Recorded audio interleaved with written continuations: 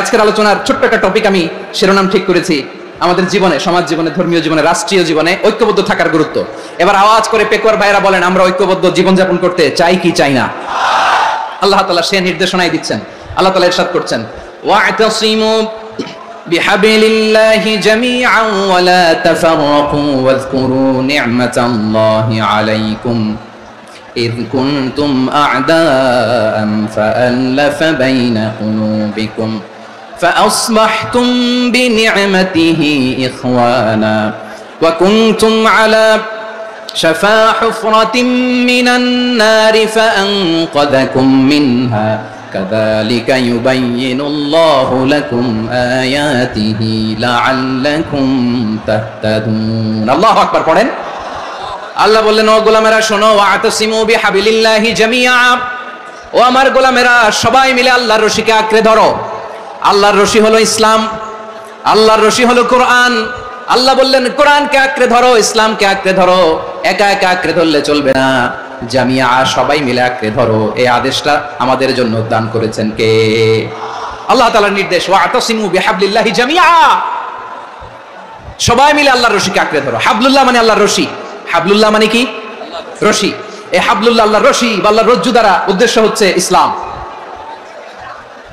আল্লাহর রশি দ্বারা উদ্দেশ্য কি? তাফসিরে অনেক ব্যাখ্যা এসেছে। এরকম পরিস্থিতিতে তাফসিরের সূক্ষ্ম সূক্ষ্ম বিষয়গুলো আমরা শোনাতে চাই, কিন্তু পরিবেশ হয়ে ওঠে না। আল্লাহর রজ্জু বা আল্লাহর রশি দ্বারা উদ্দেশ্য হচ্ছে ইসলাম। আল্লাহর রজ্জু বা আল্লাহর রশি দ্বারা উদ্দেশ্য হচ্ছে কোরআন, কারণ কোরআন আমাদেরকে ঐক্যবদ্ধ করে, ইসলাম আমাদেরকে ঐক্যবদ্ধ করে। চিল্লায় বলেন ঠিক কিনা? এজন্য আল্লাহ বললেন, তোমরা আমার রশিকে আঁকড়ে ধরো, বিচ্ছিন্ন হয় না, আমার দেয়া নেয়ামতগুলো স্মরণ করো। যখন তোমরা ছিলে শত্রু, তোমাদের মধ্যে হৃদয়ে আমি আল্লাহ ভালোবাসা ঢেলে দিলাম, ফলে তোমরা সবাই ভাই ভাই হয়ে গেলে। তোমরা সবাই ছিলে জাহান্নামের কিনারায় জ্বলন্ত অগ্নিকাণ্ডের পাশে, আমি আল্লাহ দয়া করে ঈমানের বদৌলতে তোমাদেরকে আগুন থেকে ফেরালাম। আমি আল্লাহ দয়া করে তোমাদেরকে জান্নাতের পথ দেখিয়ে দিলাম। সুবহানাল্লাহ পড়েন।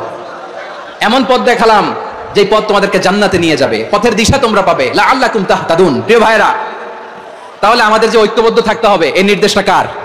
নাকি মন মতো আমি বানায় বলতেছি? আওয়াজ করে বলুন, নির্দেশটা কার? আল্লাহ।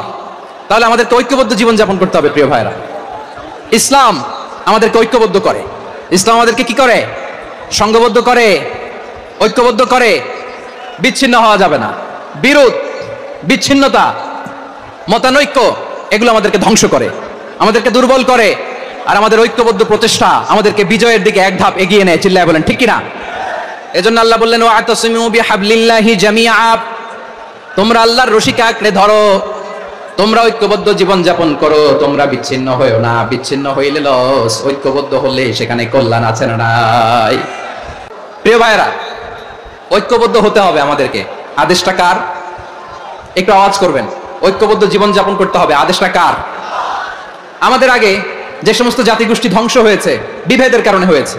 বিশ্বনবী বলেন, বুখারীর বর্ণনা, ফাইন্নামা আহলাকাল্লাযীনা মিন ক্বাবলিকুম কাসরাতু মাসাইলিহিম ওয়া ইখতিলাফুহুম আলা আমবিয়াইহিম। তোমাদের আগে ইহুদি নাসারারা যারা ধ্বংস হয়েছে, আমার গজবে উপনীত হয়েছে, দুইটা কারণ ছিল। নাম্বার 1, কাসরাতু মাসাইলিহিম, বেশি প্রশ্ন করত, প্রয়োজনে অপ্রয়োজনে নবীরে প্রশ্ন করে আটকাইতে চাইতো, এরকম ডাকাত ছিল তারা। 2 নাম্বার কারণ, ওয়াখতিলাফুহুম আলা আমবিয়াইহিম, ইখতিলাফ করার কারণে, বিভেদের কারণে, পারস্পরিক বিরোধে জড়ানোর কারণে তারা ধ্বংস হয়েছে। এখন বলেন, আমরা কি আল্লাহর গজব চাই? আমরাও কি তাদের মতো ধ্বংস হতে চাই?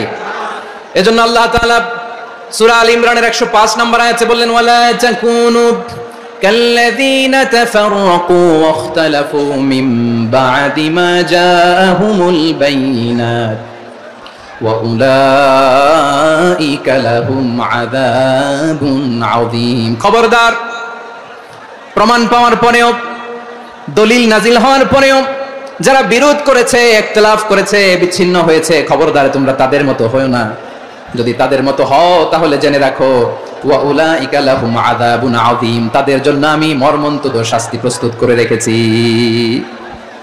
যারা বিচ্ছিন্ন হয়েছে, বিরোধ করেছে, তারা কারা? ইহুদি নাসারারা। এই আয়াতের তাফসীরে কাল্লাযীনা তাফাররাকু ওয়াখতালাফু, যারা বিচ্ছিন্ন হয়েছে, বিরোধ করেছে, তারা কারা? মুফাসসিরিন ইকরাম বলেছেন তারা ইহুদি নাসারারা। আওয়াজ করে বলুন তো, তারা কারা? ইহুদি নাসারারা। বিষ্ণু ঈসা ইসলাম সুনানে আবু দাউদ এবং তিরমিজির হাদিসে বলেন, ইফতারাকাতিল ইয়াহুদু আলা 71 ফিরকা, ইহুদিরা 71 দল হয়েছে। ইখতিলাফ করতে করতে কয় দল? সবাই বলে নাই কয় দল? ওয়াফতারাকাতিন নাসারা আলা 72 ফিরকা। আর নাসারারা হইছে 72 দল। আওয়াজ করে বলুন তো কয় দল? ওয়াসাতাফতারিকু হাদিহিল উম্মাহ বি73 ফিরকা। আর বিশ্বনবী আফসোস করে বলেন আমার উম্মত হবে 73 দল। ইহুদি 71 দল, নাসারা 72 দল, আর আমার উম্মত, বুঝে থাকলে আওয়াজ করে বলেন। বিশ্বনবী বলেছেন আমার উম্মত ভাগ হবে কয় দলে? কুল্লুহা ফিন্নার, সব জাহান্নামে যাবে, ইল্লা ওয়াহিদা, একটা দল ছাড়া। সাহাবারা বললেন মান হিয়া ইয়া রাসূলুল্লাহ, সে নাজাত প্রাপ্ত জান্নাতি দল কোনটা আপনি কি আমাদের বলবেন না? আপনি মেহেরবানি করে একটু বলে দেন তারা কারা। বিশ্বনবী বললেন মা আনা আলাইহি ওয়া আসহাবি, আমি এবং আমার সাহাবারা যেই মতের উপর, যেই পথের উপর আছে, এই মত এবং পথের উপর যারা থাকবে তারাই জান্নাতের দল হয়ে যাবে।